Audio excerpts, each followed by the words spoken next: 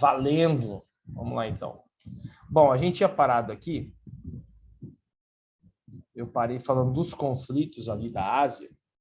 Alguns deles você já conhece, outros nem tanto. Então, a gente vai trabalhando esses conflitos, falar um pouquinho mais deles, para a gente poder ter uma noção melhor do que acontece nessa região do globo. Então, aqui na Ásia, nós temos conflitos entre muçulmanos e hinduístas. Naquela região que vocês já sabem, principalmente nessa região aqui, ó, vou tentar escrever ela, ó.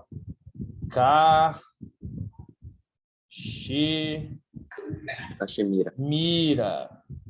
Ó, Caxemira. Escrever com mouse é uma delícia, cara. Olha que coisa linda. É quase uma escrita A rupestre. letra fica perfeita. Fica maravilhoso, né?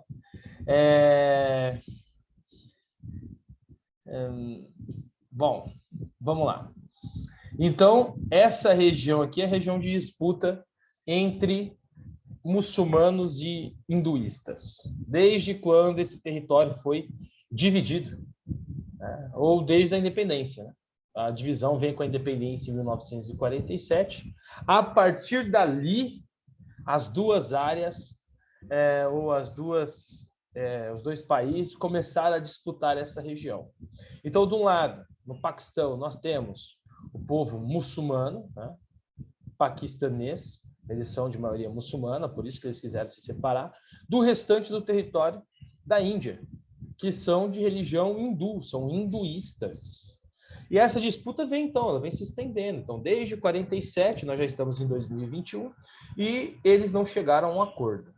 Eu já disse para vocês, essa área é uma área de tensão internacional. Calma. Porque Qual que é? Qual que é a região? Qual que é o quê, Thiago? Que é disputada pelos hinduistas. Eu dei umas viajadas aqui, porque tem meu irmão aqui do lado, né? O maluco não para de falar, daí eu não consegui ouvir. Tá gravando também, lembra que depois você pode pegar, mas eu tô falando da região da Caxemira ainda. Ok.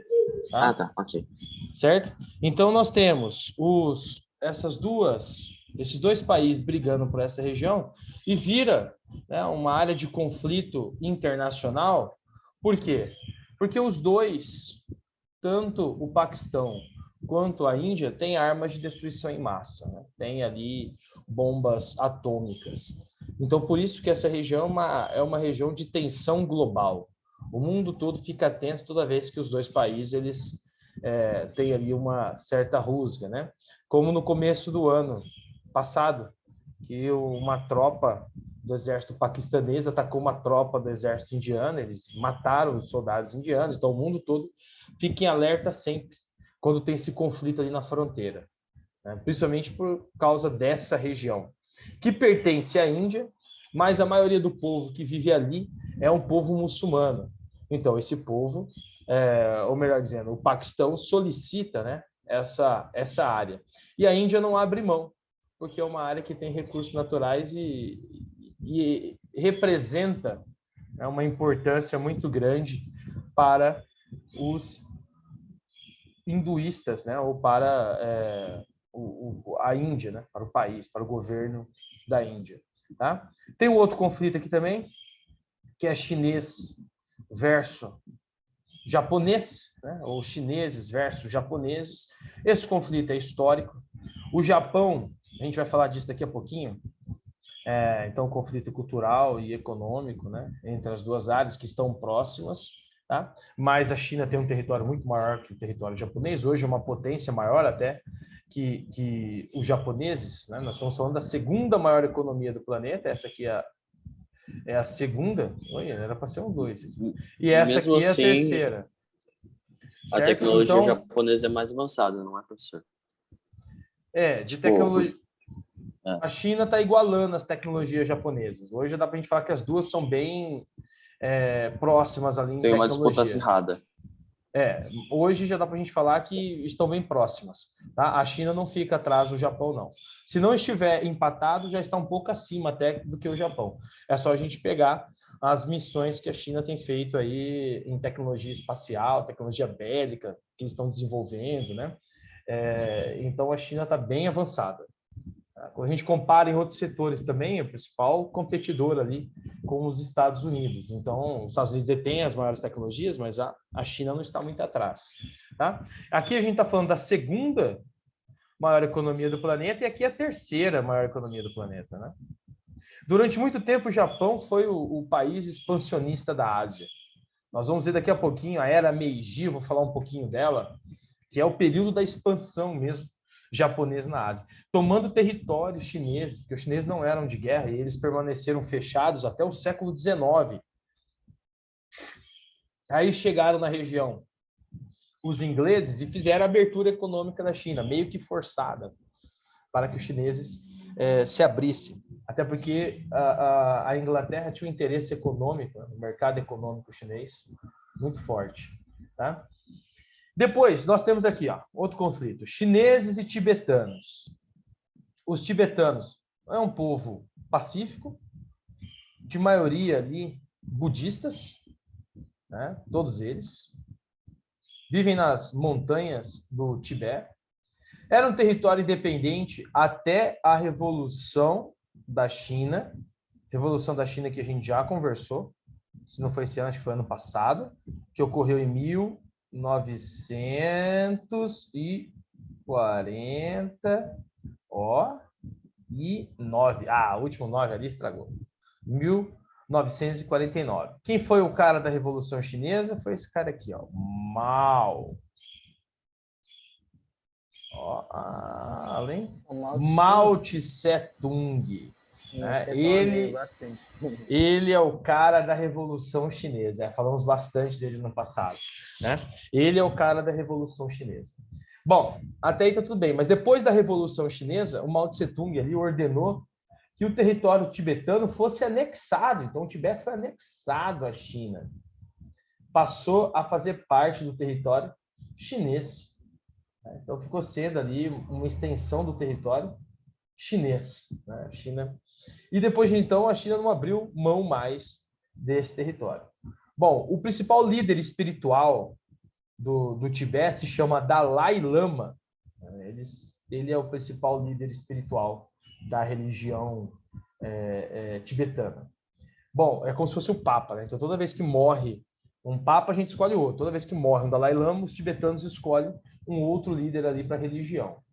Esse líder espiritual, ele teve que se exilar, porque se ele ficasse na China, Mao Tse-tung iria, com toda certeza, prendê-lo e executá-lo. Né? Então, ele vai embora para a Índia, e hoje o líder espiritual do Tibete está exilado na Índia. Né? Então, ele está exilado nessa região. Continua exercendo ali a sua função de líder espiritual, mas não pode exercer lá no Tibete, senão ele é perseguido pelo exército chinês. Né? Então, aqui é um conflito territorial, porque o território foi anexado, território do Tibete, cultural, porque a China impede que esse povo tenha ali a sua cultura, né? E tenha a sua independência. Tá? E, por último, esse grande conflito que a gente já falou bastante também no ano passado. Esse ano, acho que eu já comentei alguma coisinha, né? Mas para a gente relembrar, um conflito político e um conflito econômico. Né? Político. Chegou um momento em que as duas Coreias elas não se entendiam mais. Né? O Sul concentrava desenvolvimento, o Norte era ligado mais ao povo campesino. E o governo não olhava mais para o Norte. Então, lá na década de 50, o Norte tentou anexar o Sul e virar tudo um país comunista. Né? O Sul teve o apoio dos Estados Unidos e teve o apoio do Japão na década de 50, conseguiu se segurar e aí acabou impedindo que a Coreia do Norte, a região norte da Coreia, melhor dizendo, que não era a Coreia do Norte ainda na época, não anexasse o território do Sul. Bom, em 1953, foi estabelecido ali um acordo entre as duas regiões, em que o Norte se tornaria independente, o Sul também. O Norte ficaria alinhado com as ideologias socialistas. Então, ele seria um país próximo à China comunista e à União Soviética socialista, né? E a Coreia do Sul ficaria alinhada com Estados Unidos e Japão, ou seja, um país capitalista, né? Então, a partir de 1953, foi definida através do paralelo 38 grau norte a divisão das Coreias. Então, desde 53, é dessa forma que nós conhecemos. O norte é socialista, fechado, o sul, capitalista, aberto, né? Inclusive, essa Coreia do Sul, que é uma pontinha lá da Península Coreana, pontinha, ultrapassou o Brasil entre as economias mundiais. Hoje ocupa a 10ª colocação. O Brasil é a 12ª. Né? Para ser a Coreia do Norte. A Coreia do Norte é fechada, a gente não tem dados dela até hoje. Comandada ali pelo neto de quem fez a revolução, de quem conseguiu a separação. Hoje é comandada pelo Kim Jong-un, né? Famosinho lá, o coreaninho que aparecia muito com o Trump, amigo do Trump. Fala, Tiagão. Algum dia a Coreia do Norte vai deixar de ser uma ditadura, entre aspas? Olha, Tiagão, é difícil a gente falar sobre isso, né? Porque existe uma tensão territorial ali ainda, né? Então, entre Coreia do Norte e Coreia do Sul, né? Então, é difícil a gente afirmar que um dia eles vão conseguir ali se anexar de novo à Coreia do Sul, deixar de ser fechada, deixar de ser comunista, né? É bem difícil a gente conseguir afirmar isso. Teve uma aproximação muito grande com o Ocidente agora nos últimos anos, né? Inclusive a Coreia do Norte, ela se aproximou dos Estados Unidos. Até hoje, o Kim Jong-un não reconheceu o Biden como presidente, porque ele ficou muito amigo. Ele ficou muito amigo mesmo do Donald Trump. Então, ele é um dos líderes mundiais que não reconheceu o Biden como presidente. O nome do avô do Kim Jong-un que fez essa revolução é Kim Il-sung, né? É o avô dele, que foi o cara que conseguiu ali dividir, separar as Coreias. É um período, né, de conflitos indiretos. Então, tinha os países que eram apoiados pelos Estados Unidos, capitalistas, e os países que eram apoiados pela União Soviética. Tá? Então, a gente tem a divisão da Coreia, a gente vai ter a Revolução Cubana, a gente vai ter a Revolução Chinesa. Né? Você fala assim, aí é Índia. Índia não. Índia sempre capitalista, independente, nunca pegou nenhum lado, nem na época do Nehru. Foi o mais próximo de um socialismo ali, uma social-democracia, né, a Índia. Mas até hoje é dessa forma, tá? Nunca foi socialista, não. Beleza? Então, esses são os principais conflitos aí para a gente entender, né? E cada um em uma área, né? Aqui, por exemplo, já é na Ásia Meridional, né? Mas tem a influência do Oriente Médio, tá? Aqui já é na Ásia Central, tá? Aqui também é Ásia Central, aqui também, né? Que é o extremo asiático, né? Na Península Coreana, tá? Que teve interferência externa aqui, né? Para a gente poder fechar esse entendimento. A Índia é socialista? Pergunta Luiz Renato. Não, nunca foi socialista. A China, sim. Índia, não. Tá? A Índia nunca foi socialista.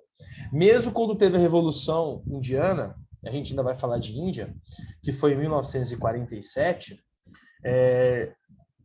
para conseguir a independência da Inglaterra, os indianos fizeram uma resistência pacífica, comandada por um cara conhecido como Mahatma Gandhi, né?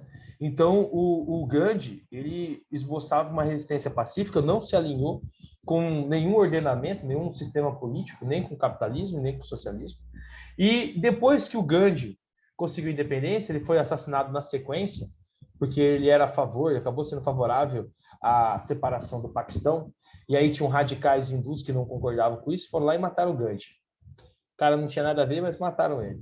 Quem assume o poder da Índia é o Jawaharlal Nehru.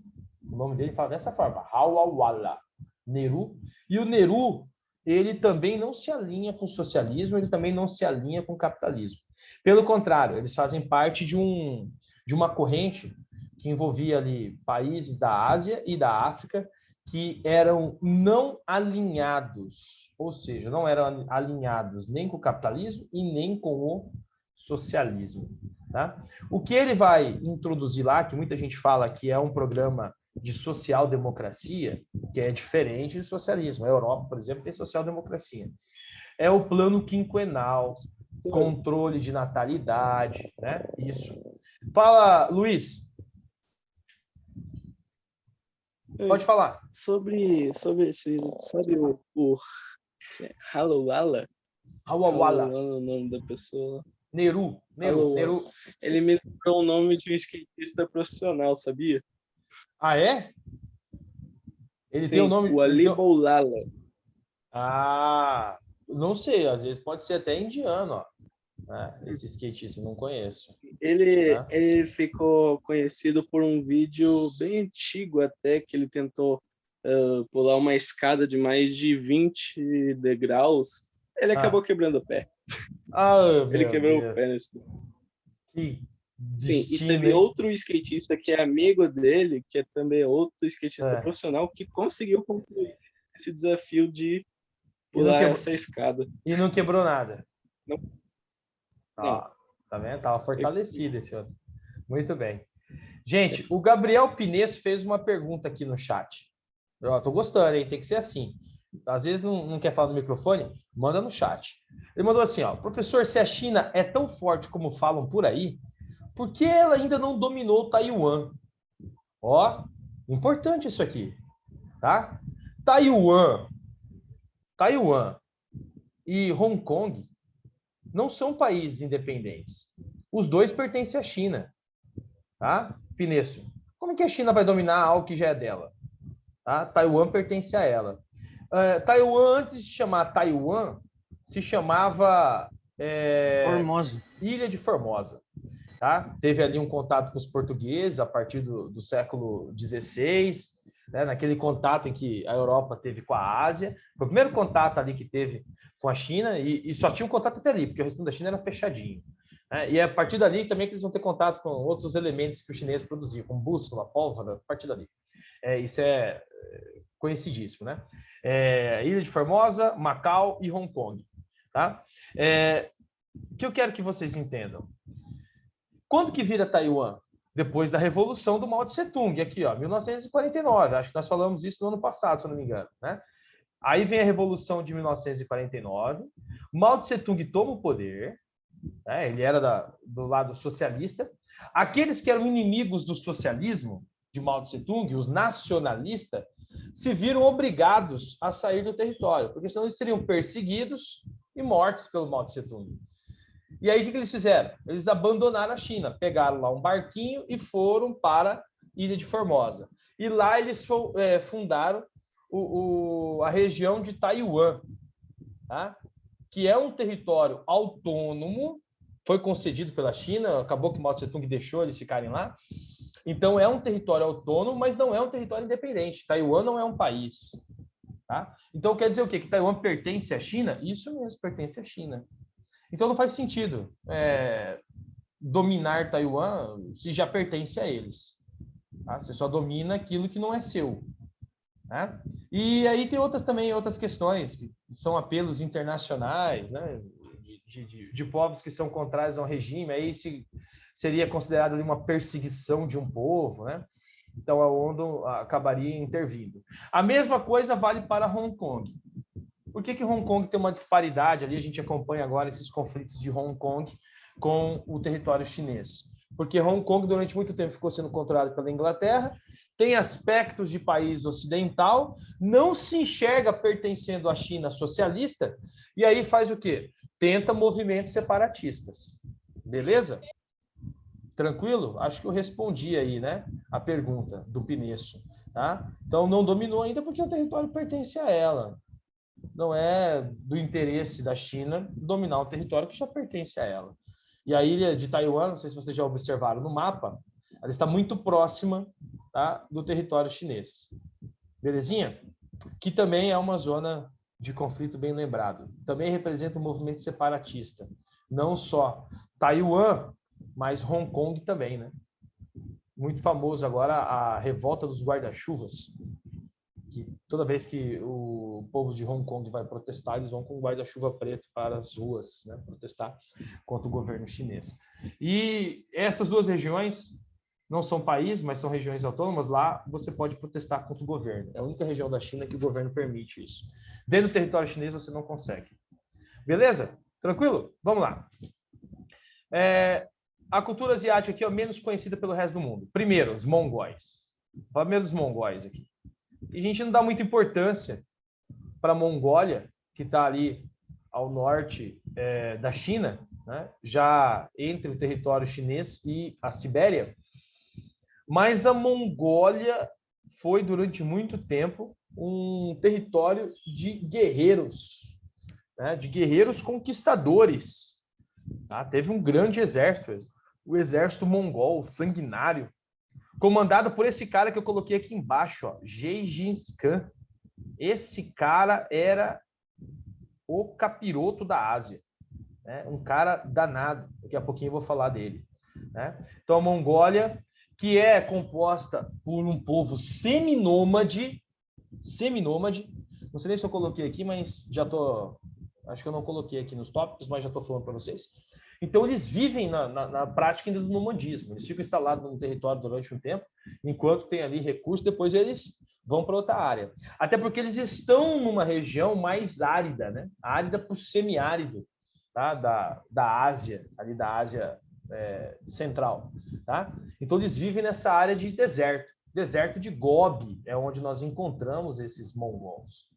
Né? Tem duas Mongólias também. Tem a Mongólia do Sul, que pertence à China, que busca separação, e a Mongólia do Norte, que é o país a Mongólia, né?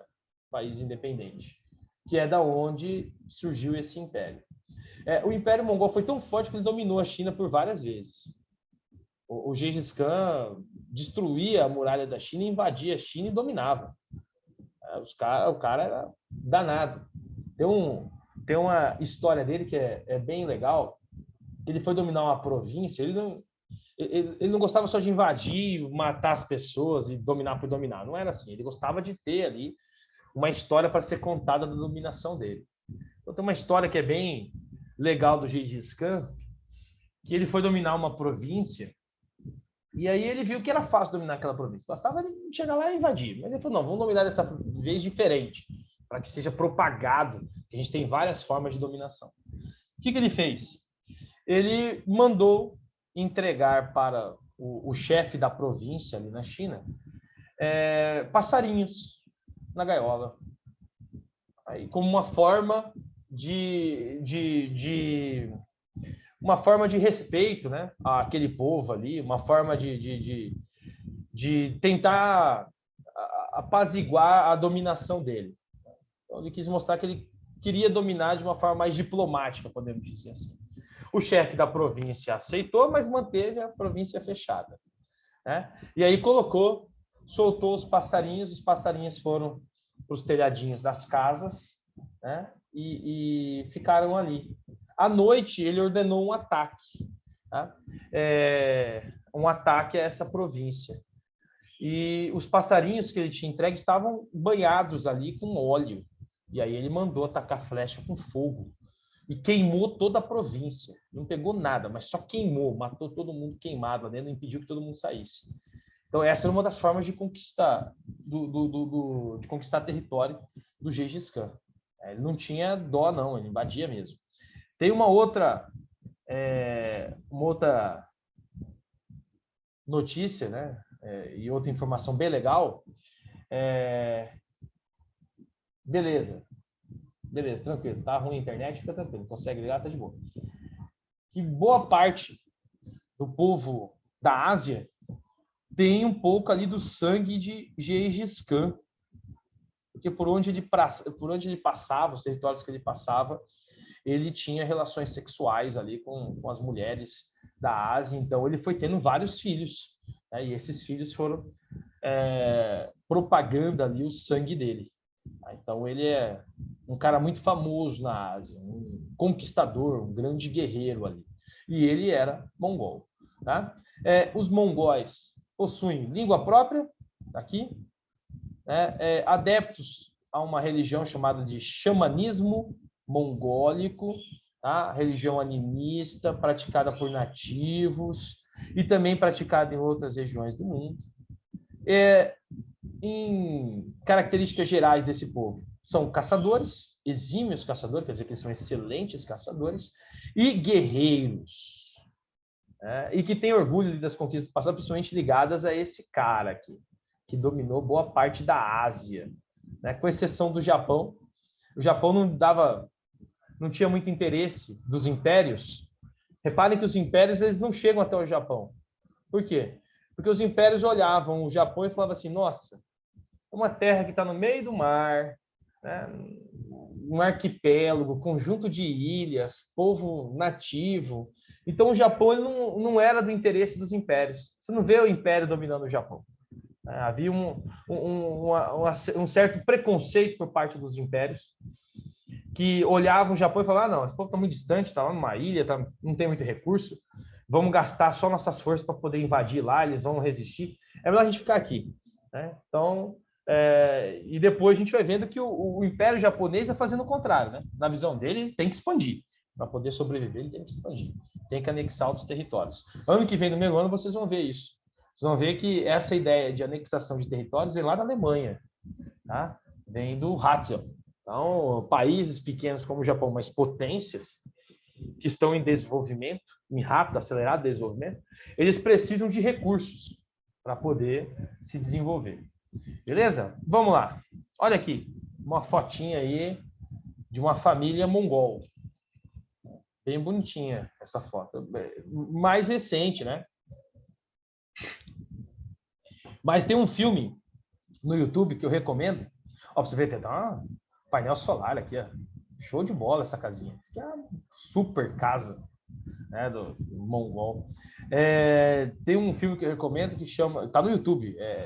Gengis Khan, ou Guerreiro Gengis Khan. É longo o filme, mas é bem legal, porque conta a história do Gengis Khan desde criança. Então, ele era filho de monarca. O monarca foi assassinado numa emboscada e ele cresceu com aquilo. Então, por isso que ele fica meio piradão. E, para muitos, é o líder mundial que mais matou pessoas na história da humanidade. Tá?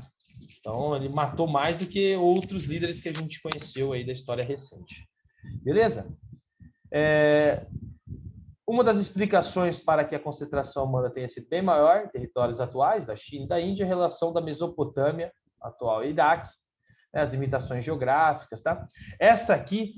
Essas áreas são as grandes áreas de concentrações humanas. Lembra que eu disse na aula passada para vocês? Os territórios ainda estavam mais próximos, né? Então, aquela ideia da teoria da deriva continental, ela existia. Os povos migram do continente africano e eles vão para a Ásia, eles vão para a Europa, eles vão lá para o Estreito de Bering e dali eles atravessam e chegam na América, tá? Eles depois migram da Ásia para a Oceania, por isso que nós vamos ter diferentes povos nativos e sociedades antigas se desenvolvendo. Disse para vocês na aula passada, foi descoberto agora, que japoneses chegaram na América aproximadamente 15 mil anos atrás. Japoneses.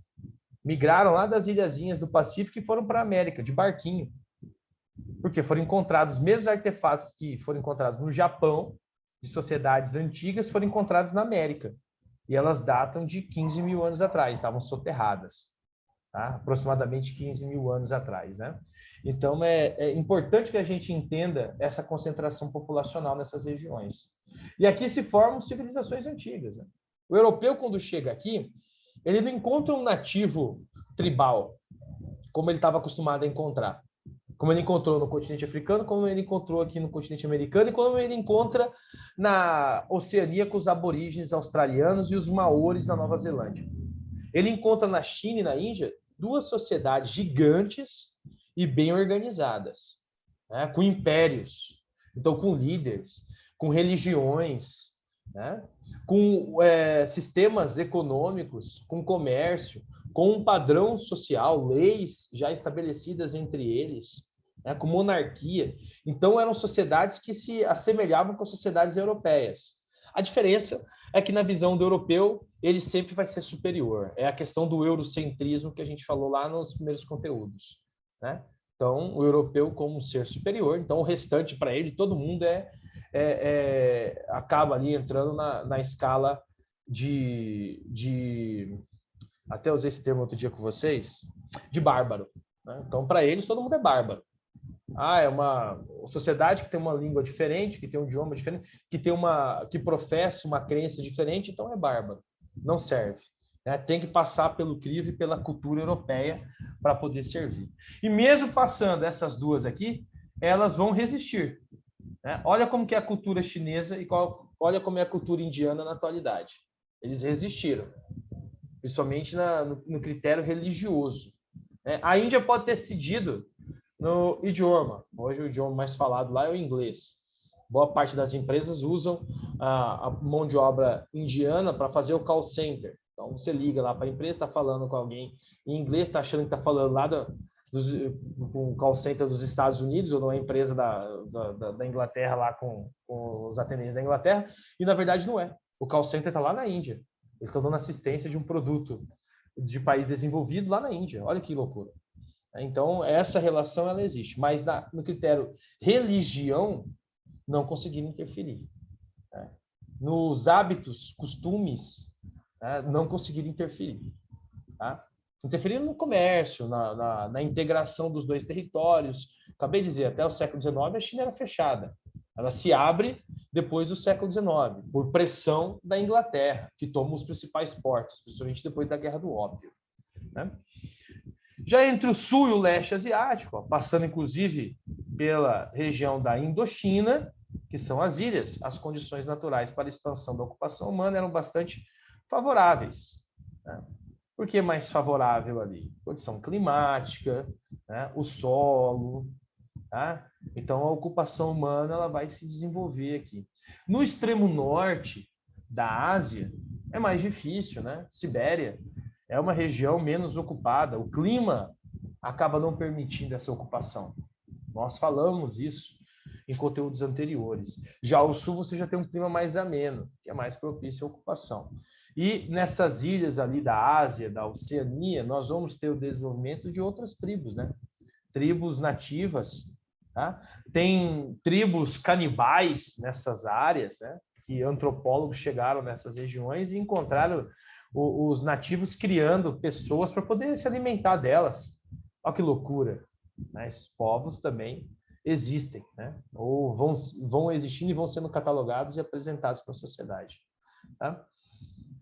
Sociedade mais espiritualizada do mundo, os monges tibetanos, né? Esses monges aqui que vivem nas montanhas do Tibete, território que foi anexado pela China, né? Distante dos grandes centros, região bastante gelada, seca, devido à altitude do relevo, uma área conjunto montanhoso, até porque o Tibete está inserido na região das cadeias do Himalaia. Então, por isso que é um conjunto montanhoso. Então, o Tibete está entre Índia, Nepal e vai pegar lá China, né? Que é onde a gente tem o conjunto de montanhas. O Tibete, mais precisamente, entre Nepal e China, né? E aí a China foi lá e anexou esse território, que era independente até 49, depois disso foi anexado, tá? Os tibetanos. Aí mais uma imagem de monges e monjas tibetanos, tá? Território sagrado, né? Maravilhoso. Não conheço, quero conhecer muito lá, ó. Quem jogou Far Cry 5 já viu essas bandeirinhas aqui nas montanhas lá dessa região, porque passa justamente nessa região. O mais antigo aqui, ó, dos núcleos de ocupação humana da Oceania, né?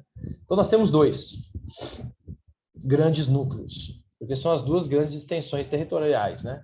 A primeira, que tem dimensão continental, que é na Austrália, os aborígenes, que são nativos, mas são diferentes dos outros nativos que nós conhecemos, né? Dos nativos brasileiros ou dos nativos dos Estados Unidos. né? Os aborígenes, que são nativos também dessa terra, eles são negros.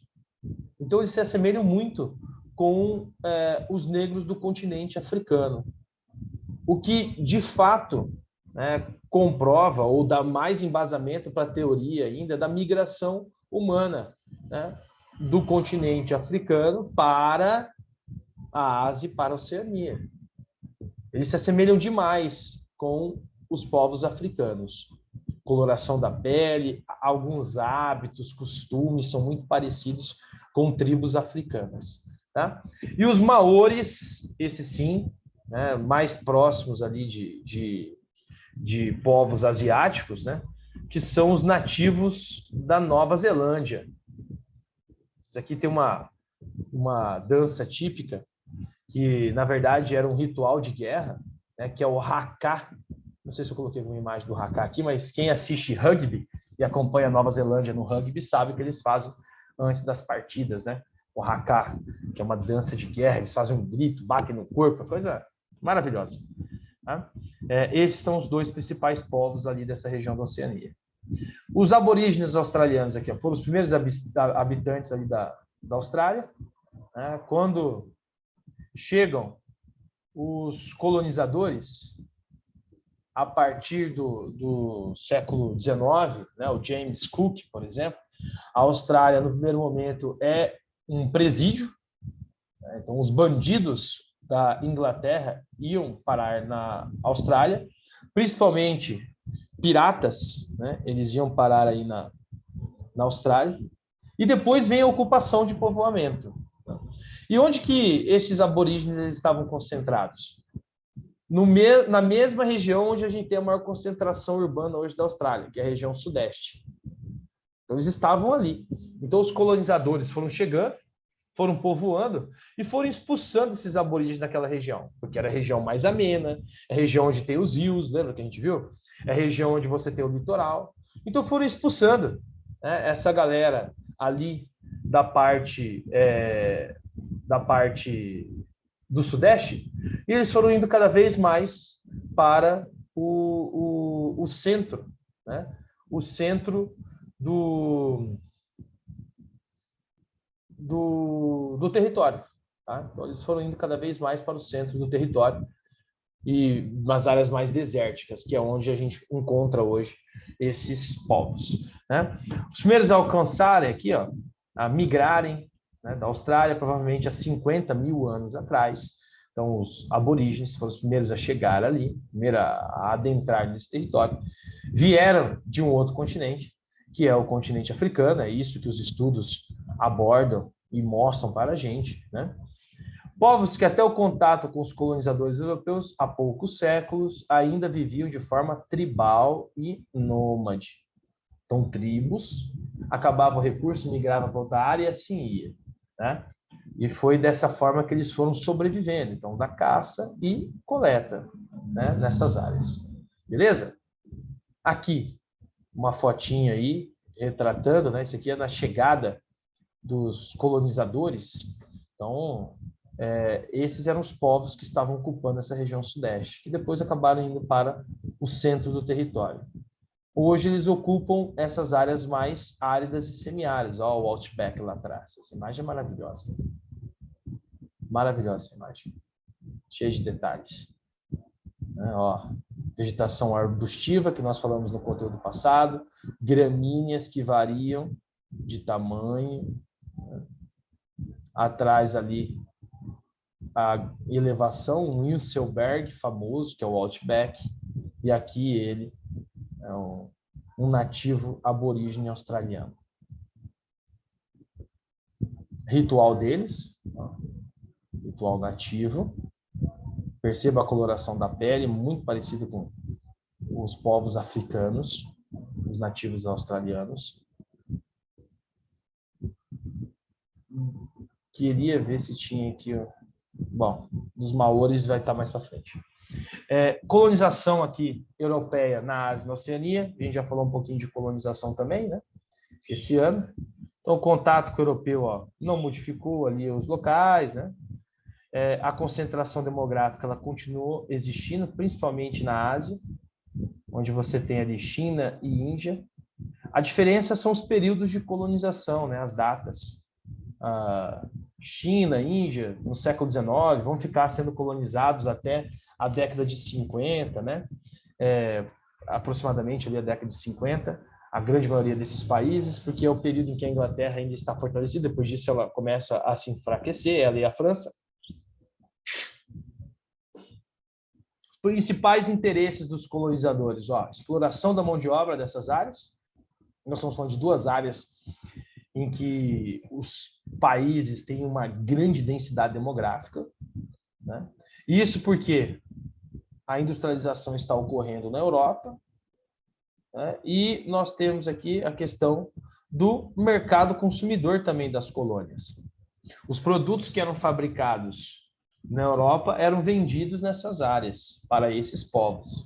Então era um mercado consumidor forçado. A Inglaterra fez isso até com um produto que ela descobriu na Índia e que tinha uma grande saída, um grande apelo desse produto na China, que foi o ópio. O ópio era um alucinógeno, produzido na Índia, comercializado na China, proibido de ser vendido na Inglaterra, é bom que se fale sempre. Então, o mercado consumidor era um ponto importantíssimo ali para a Europa, nessas áreas, vender seus produtos. Isso aqui é um dos motivos de resistência do Gandhi, né? Resistir também no mercado consumidor, não comprar produtos europeus. O Gandhi vai ensinar, por exemplo, ele que era um advogado, formado na Inglaterra, né, trabalhou na África do Sul, então viu o pré-apartheid, ele vai ensinar, apartheid é outra coisa também que eu vou falar com vocês na proteína quando a gente falar de África. Ele vai ensinar ali a população hindu a fabricar a sua própria roupa, a não comprar o sal inglês, né? Ele vai fazer uma marcha do sal simbólica, vai sair da cidade dele e vai até o litoral, que dá mais de 300 km, a pé, ele e uma galera reunida, vão lá, vão pegar a água do mar, né? Vai esperar decantar ali, vai levar o sal para a cidade de volta. Isso era um movimento de resistência pacífica, né? Não resistir de forma militar, pegava em arma para matar o soldado inglês, não comprava o produto da Inglaterra. Essa era uma forma de resistência, né? Assim, os locais de maior adensamento populacional despertou tanta atenção das potências europeias quanto os locais em que havia reservas comprovadas de recursos minerais estratégicos. Então, você tem população despertando interesse e isso aqui, recursos minerais estratégicos. Eles são equivalentes.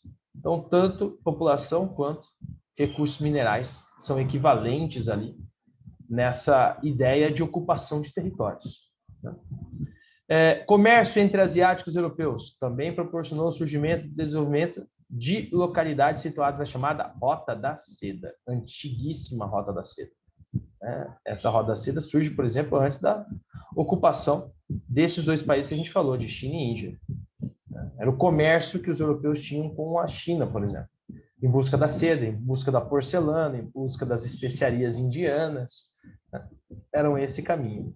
Primeiro por via terrestre, depois por via marítima, né? Pelos portos. E hoje em dia a China quer reativar essa Rota da Seda. O objetivo dela, ela está concluindo isso, é criar essa nova Rota da Seda, que seria um comércio direto por ferrovias e hidrovias com a Europa.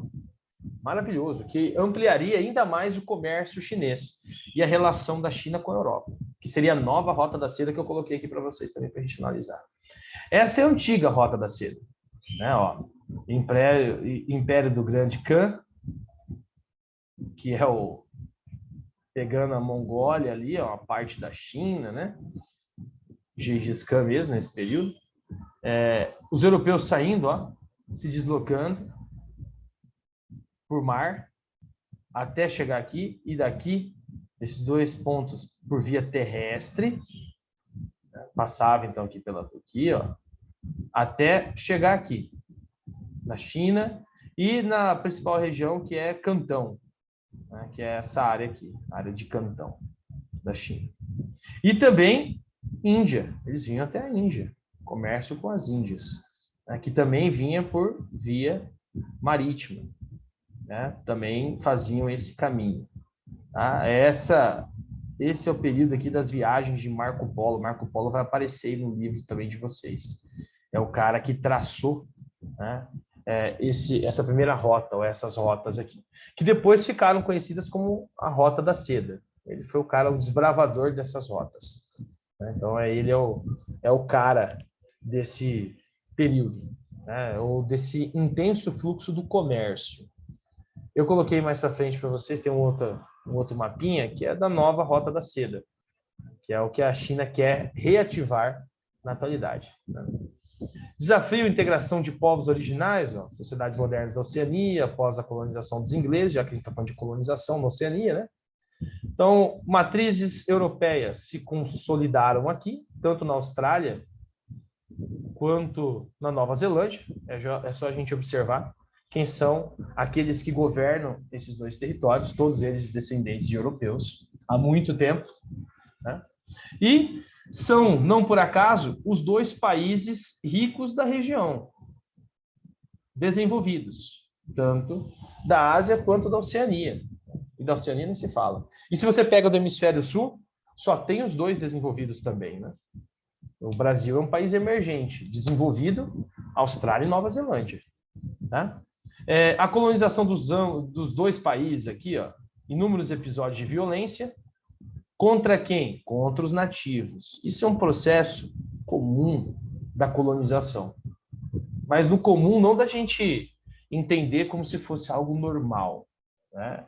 É comum a prática da violência de processos coloniais. É só a gente pegar do século XV até o século XIX, XX, né? Todos os processos de colonização, eles chegam em territórios que já estavam habitados, já existiam povos, e eles fazem o quê com esses povos? Eles dizimam eles, praticam violência contra eles, matam eles. Essa prática de violência nós chamamos de genocídio. Quem não lembra disso, põe aí no caderno. Então, você praticar violência, dizimar um povo, né? Matar esses nativos, nós chamamos de genocídio. Então, teve genocídio contra o povo nativo aqui no Brasil, nós tivemos genocídio na expansão da Marcha do Oeste, né? Que foram ali colonos europeus que estavam expandindo, descendentes europeus expandindo o território americano, teve genocídio contra os nativos, né? Genocídio contra aborígenes, contra maores. Tá? Então, essa prática de violência aqui é muito comum no processo colonial. Comum, quando o comum aí não de normal, né? De normalizado. Comum em cima do processo de colonização. É uma prática do colonizador. Tá? Redução populacional, normal também isso aqui. Né? Se vai praticar genocídio, vai matar ali o nativo, vai reduzir a população. Retração cultural, porque a cultura deles passa a ser vista como uma cultura que não deve ser seguida, e sim a cultura europeia, então a introdução da cultura europeia. A gente viu isso aqui no Brasil também. Então, quando o europeu chegou aqui, os portugueses, em 12, 15 caravelas, existiam aproximadamente 4 milhões de nativos. Hoje nós temos um resultado, 350 mil aproximadamente nativos. De 4 milhões para 350 mil.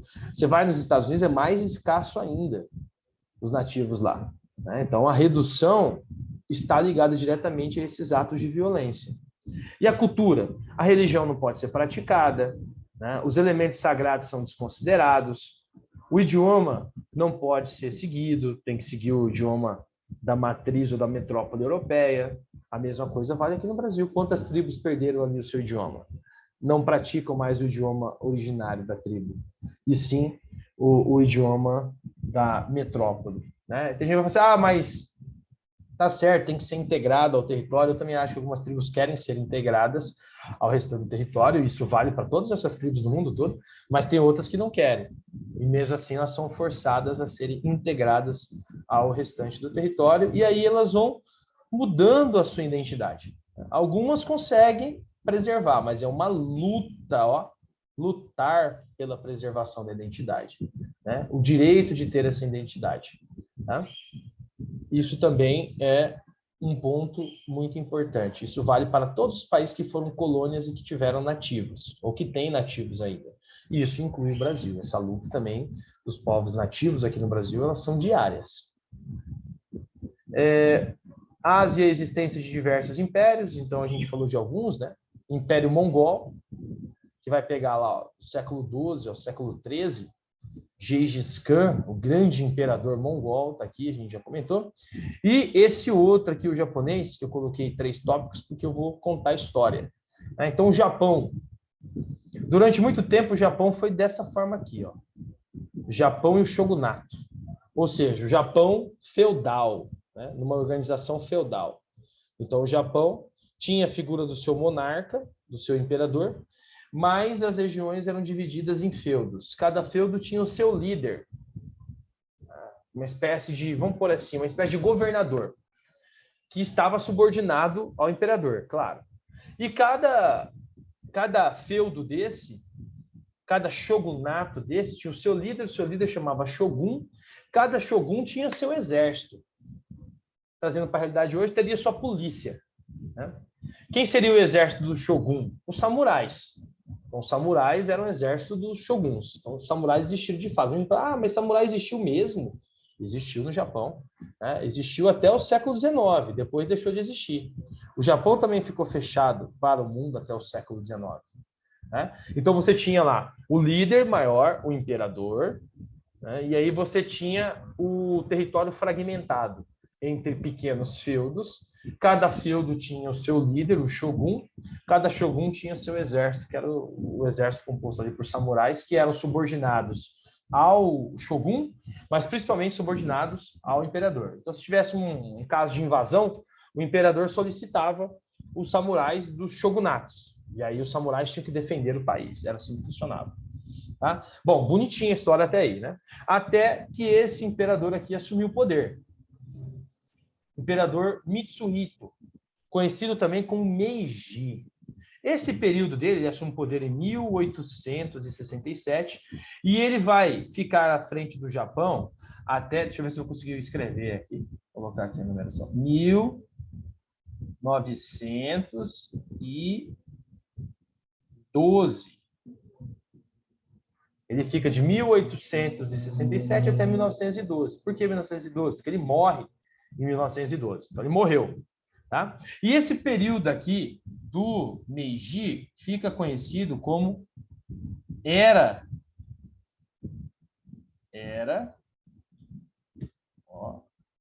Anota essa observação. Era. É uma beleza escrever isso aqui, cara. Que maravilha. Era. Uia. Deixa eu arrumar aqui, senão você não vai entender. Era Meiji. Professor, você podia ter poupado todo o seu dor, porque já está escrito no tópico depois desse. Aí. Próximo tópico. Show. Era Meiji. Né? Era Meiji. Ó. Que é aqui, né? Tá aqui embaixo. Beleza?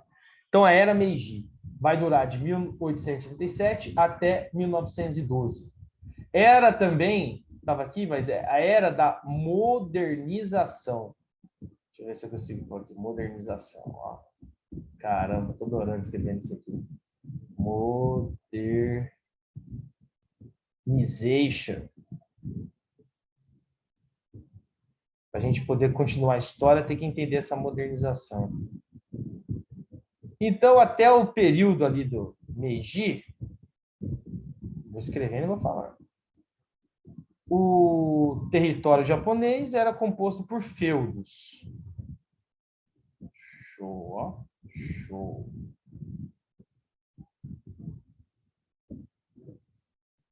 Bom que a letra vai diminuindo para o final. Né? Modernização. Modernization. Né?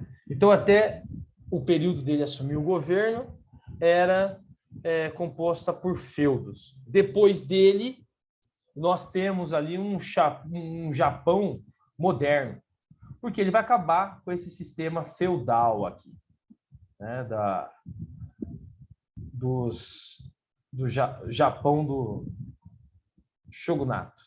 Como que ele acaba? Primeira coisa que ele faz, ele integra o território. Ele vai fazer uma integração. O que era fragmentado deixa de ser fragmentado.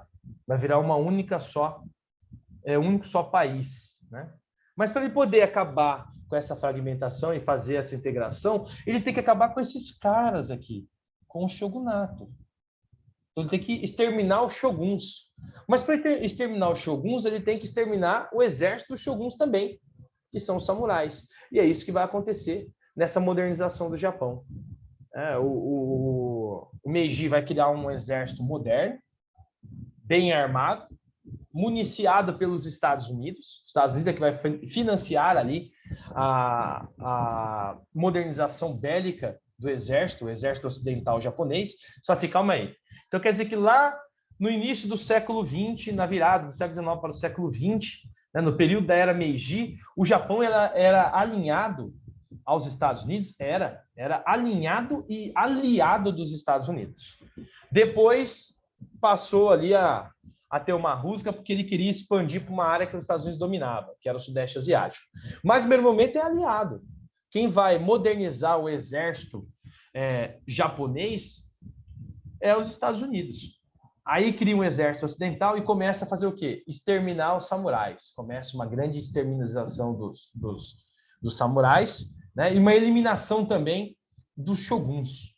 Então, os chefes dos feudos vão ser assassinados e os samurais também. Alguns vão resistir. A cultura samurai ela resiste, né? Principalmente pelos fabricantes ali de espadas. Até hoje é uma cultura milenar, né? Mas os samurais deixaram de existir dentro do Japão. A prática de proteção samurai acabou deixando de existir. E aí o Meiji moderniza o Japão, né? Integra o território, cria uma coisa chamada de zaibatsus, que são os grandes conglomerados econômicos do Japão, industrializa o Japão, então traz as indústrias, surgem as primeiras empresas familiares no Japão, ligadas às indústrias, tipo qual? Tipo a Toyota, essa mesmo, Toyota, Mitsubishi, né, vão surgir nesse período, tá? Toshiba, todas elas são conglomerados familiares que surgem nessas áreas econômicas ali do Japão, que nós chamamos de zaibatsus, tá?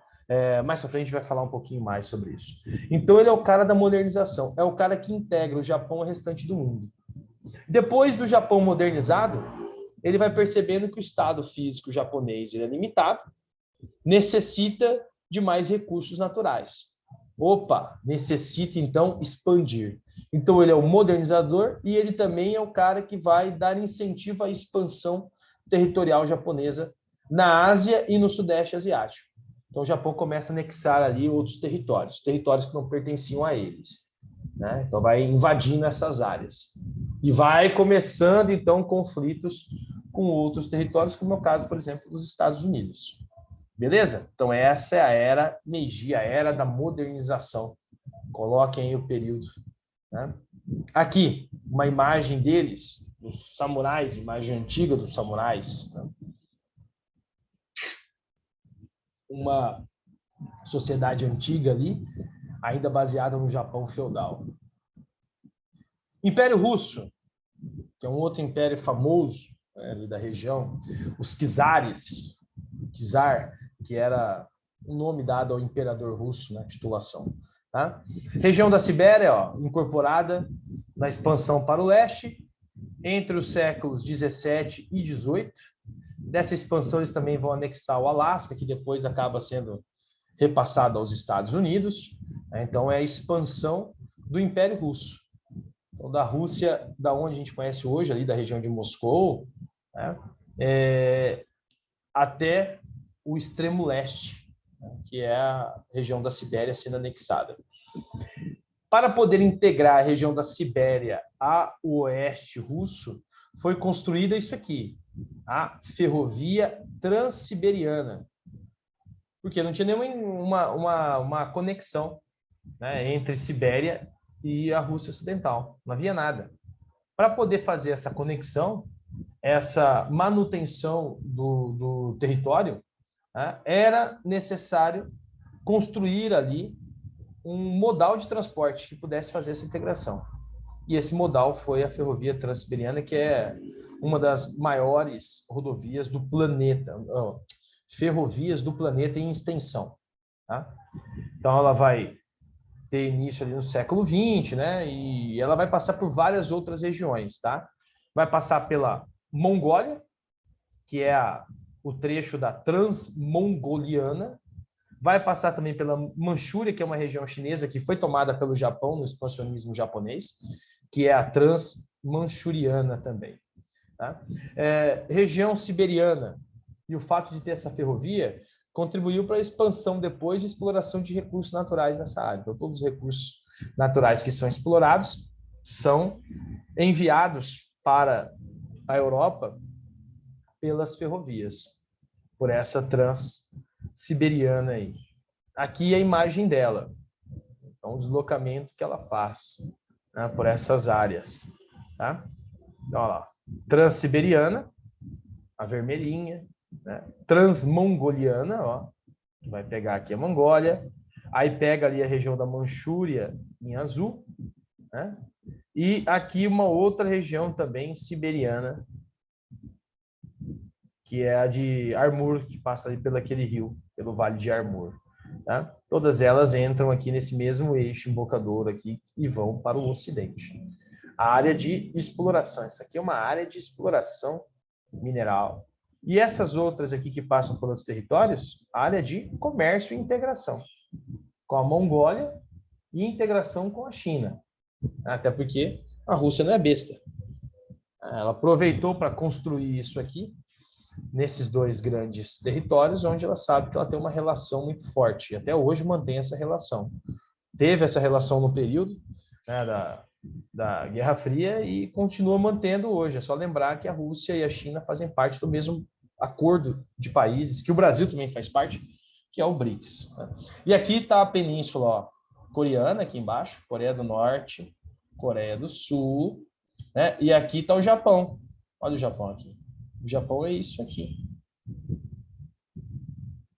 Isso aqui é o Japão.